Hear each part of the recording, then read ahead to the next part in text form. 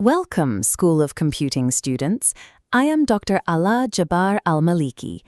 Today, we are addressing a difficult reality in technical leadership. You can configure a firewall perfectly, but that expertise is irrelevant if the CFO denies the budget to build it.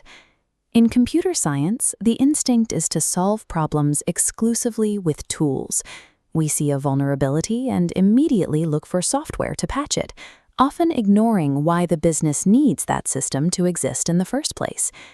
This diagram represents two common paths to failure. On the left, SABSA is treated as a documentation chore, focused on filling boxes in a grid.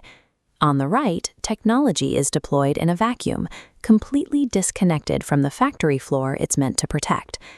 To fix this, you must pause the technical reflex.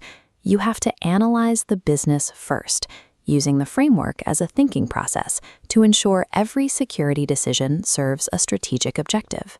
Failing to establish this connection turns technical architecture into an expensive hobby that the business cannot justify funding.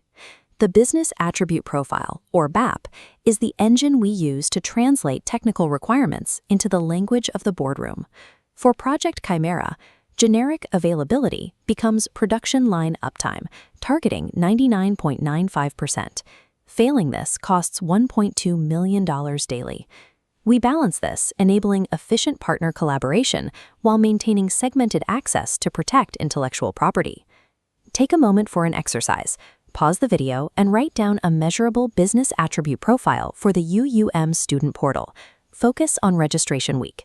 Identify the specific driver, a metric, and a target.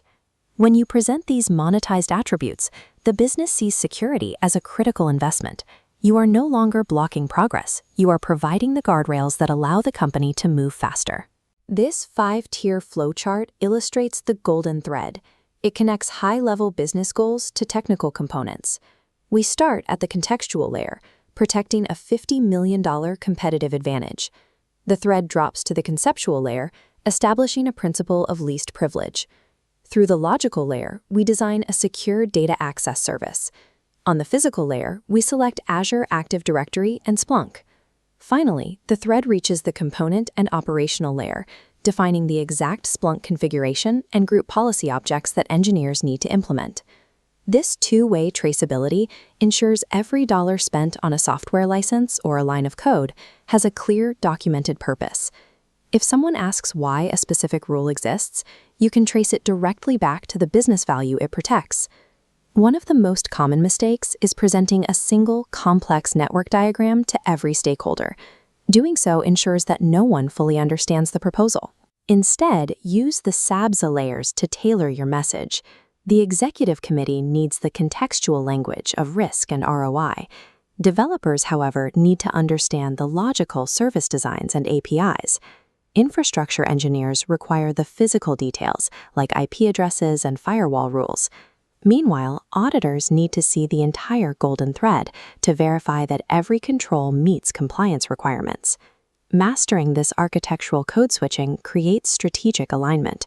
When you speak the specific language of your audience, your projects gain approval because everyone understands how the design serves their specific needs. Architecture doesn't end when the design is approved.